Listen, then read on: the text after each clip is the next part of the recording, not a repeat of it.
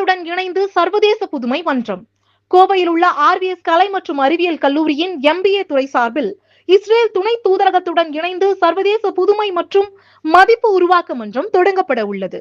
இது தொடர்பாக RVS கல்வி நிறுவனங்களின் நிர்வாக அரங்காவலர் டாக்டர் செந்தில் கணேஷ் பெங்களூருவில் உள்ள இஸ்ரேல் துணை தூதரகத்தின் தூதரக தலைவர் ஓர்லி வெய்ஸ்மேனை சந்தித்து ஆலோசனை நடத்தினார். மாணவர்கள், தொழில் முனைவோர், தொழில் நிறுவனங்கள் மற்றும் கல்வியாளர்களை ஒருங்கிணைத்து புதுமை சிந்தனை மற்றும் தொழில் முனைவு தொடர்பான கருத்து பரிமாற்றங்களை மேற்கொள்ளும் வகையில் இந்த மன்றம் ஆண்டுதோறும் நடத்தப்பட உள்ளது. இதன் முக்கிய அம்சமாக மாணவர் புதுமை சவால் அறிமுகப்படுத்தப்பட உள்ளது. இதில் மாணவர்கள் குழுக்களாக இணைந்து நிஜ வாழ்க்கையில் உள்ள பிரச்சனைகளை அடையாளம் கண்டு அவற்றுக்கு புதுமையான தீர்வுகளை உருவாக்க உள்ளனர். மாணவர்கள் உருவாக்கும் சிறந்த தீர்வுகள் 2027ஆம் ஆண்டின் முதல் காலாண்டில் நடைபெற உள்ள சர்வதேச நிகழ்வில் தொழில்துறை பிரதிநிதிகள் முன்னிலையில் சமர்ப்பிக்கப்பட உள்ளன.